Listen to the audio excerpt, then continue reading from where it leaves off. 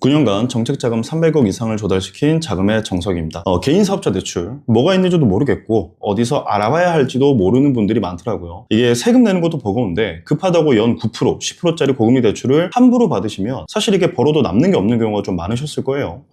사실 정부에서는 여러분 같은 개인 사업자분들을 위해서 저금리로 빌려주는 돈이 사실 꽤 많습니다. 그런데 문제는 이걸 모르니까 못 받고 계시는 경우가 많은데, 오늘 이 영상 끝까지 보시면은 여러분 상황에 맞는 대출이 반드시 하나는 나올 거예요. 지금부터 바로 알려드리도록 하겠습니다. 자, 오늘 알려드릴 5가지 대출은 크게 3가지 카테고리로 나뉩니다. 첫 번째는 창업지원자금이라고 해서 창업 1년 이내에 사업자용 자금이라고 보시면 되고요. 두 번째, 성장촉진자금입니다. 사업을 확장하시거나 또는 성장을 하기 위한 그런 자금의 목적이라고 보시면 되고, 마지막 3번째는 경영안정자금이라고 합니다. 이게 운영을 안정화시킨다던가 또는 긴급할 때 지원받기 위한 자금의 목적이다 라고 보시면 될 것 같은데, 만약에 지금 당장 대출이 필요하지 않다라고 하더라도 나중에 돈이 급할 때 고금리로 허겁지겁 빌리지 않으시려면 지금 미리 알아두시는 게 좋습니다. 첫 번째는 신용보증재단 대출입니다. 정부 지원 개인사업자 대출하면 가장 먼저 떠오르는 상품이 바로 신용보증재단 정책자금 대출인데요. 핵심 조건을 정리를 하면 최대 한도는 5천만 원에서 기업 컨디션에 따라 1억까지가 나올 수가 있고, 대출 기간은 거치 1년을 포함해서 총 5년, 금리는 기준금리를 변동하는데 통상적으로 한 4% 정도라고 보시면 될 것 같은데, 특징은 매출이 클수록 한도가 증가된다는 건데요. 시용 점수가 좀 낮더라도,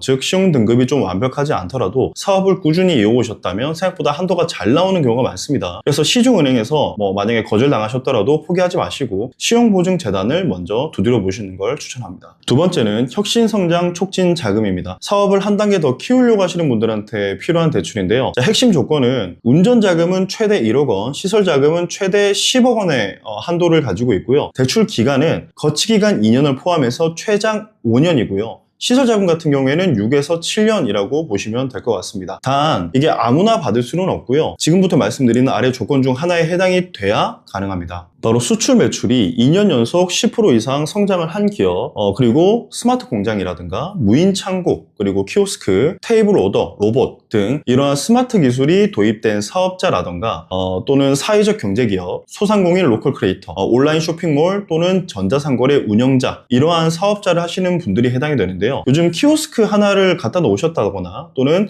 스마트 기술을 도입하셨다라고 한다면 충분히 해당될 수가 있습니다. 자, 거기에 더해서 온라인 쇼핑몰이라든가 배달 앱, 라이브 커머스 같은 매출도 잘만 정리를 하시면 디지털 전환, 온라인 진출이라는 명목으로 인정되는 경우가 꽤 많습니다. 자, 세 번째는 일반 경영 안정 자금입니다. 이게 사업이 흔들릴 때 버텨주는 대출이다 라고 생각을 하시면 되는데요. 최대 한도는 7천만 원이고요. 대출 기간은 거치 2년을 포함한 최장 5년입니다. 자, 상환을 하는 방식은 처음 2년 동안은 이자만 납부를 하시면 되고요. 이후에 3년 동안은 원리금 균등 상환 방식입니다. 즉 초반 2년 동안은 원금 부담 없이 이자만 내도 된다라는 게 포인트이고요. 실제로 이 자금으로 임대료라든가 인건비만 좀 안정적으로 막아도 다시 매출을 좀 끌어올 수 있는 시간을 벌었다라고 말씀하시는 대표님들이 많습니다. 자, 이어서 네 번째, 긴급 경영 안정 자금입니다. 재해라든가 외부 요인 때문에 매출이 떨어지신 분들은 이게 사실 내 잘못도 아닌데 라는 억울함이 좀 크실 거예요. 그런 분들을 위해서 금리와 조건을 따로 우대해 놓은 제도라고 보시면 됩니다. 앞전에 3번 일반 경영 안정 자금과 한도와 기간은 비슷한데 결정적인 차이가 있습니다. 바로 금리가 고정이라는 점인데요. 금리가 인상되는 시기에 변동금리였다가 이자가 갑자기 확 뛰어서 고생하시는 분들 많으시죠. 고정금리를 받으시면 그런 걱정이 없습니다. 단 이 자금은 정말 긴급한 상황에 처한 사업자만 신청이 가능합니다. 예를 들어 재확인증 보유 사업자라든가 코로나19 등과 같은 외부 요인으로 매출 타격을 입은 사업자, 이 사업자에 해당 조건이 되신다면 이 고정금리를 절대 놓치지 마세요. 자, 마지막 5번째는 시설물 담보대출입니다. 앞서 소개했던 정부 지원 정책 자금을 이미 한도까지 다 써서 답답하신 분들도 사무실과 비품만 잘 갖춰져 있다면 생각보다 큰 한도가 나오는 경우가 많습니다. 최대 한도는 10억이고요. 대출 기간은 3년에서 5년 정도가 됩니다. 금리는 이게 시용점수에 따라 조금씩 다른데 통상적으로 연 5.9%에서 9.9% 수준입니다. 조건은 실제 사무실로 사용하고 계시는 공간이라든가 사무용 비품, 시설물을 보유한 사업자여야 되고요. 이게 정책자금보다는 대출보다는 금리가 높지만 일반 시중은행 대출보다는 낮은 중금리 상품이라고 보시면 됩니다. 그리고 또 이후에 더 좋은 정책자금이 나오면 갈아타는 전략도 가능하니까 당장 급한 상황이라고 한다면 한 번쯤 고려해 볼 만합니다. 자, 오늘 알려드린 개인사업자 대출 5가지, 정부가 여러분들을 위해서 만들어 놓은 이 수많은 정책들을